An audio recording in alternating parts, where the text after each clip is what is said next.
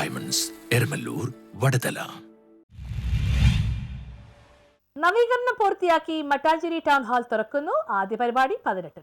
വർഷങ്ങളായി അടഞ്ഞുകിടന്നിരുന്ന Mattancherry Nehru memorial town hall ഒടുവിൽ പൊതുജനങ്ങൾക്ക് തുറന്നു നൽകുന്നു.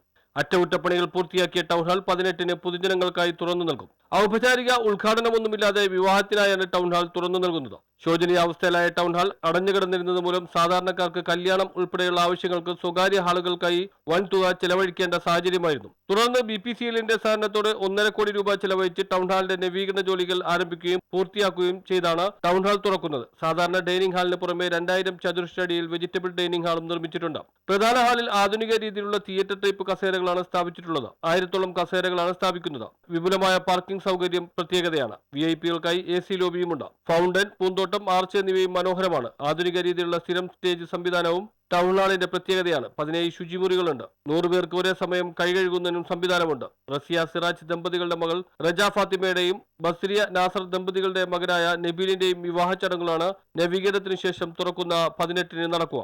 ടൗൺ ഹാൾ തുറക്കുന്നതോടെ ഇത് ജനങ്ങൾക്ക് വലിയ ആശ്വാസമാവും. ജനങ്ങൾ ലക്ഷങ്ങൾ ചെലവഴിച്ച് സ്വകാര്യ ഹാളുകളിലാണ് കല്യാണം ഉൾപ്പെടെ നടക്കുന്നത്. സാംസ്കാരിക പരിപാടികൾക്കും ഹാൾ പ്രയോജനപ്പെടുത്താനാകുമെന്ന പ്രതീക്ഷയിലാണ് വിവിധ സംഘടനകളും.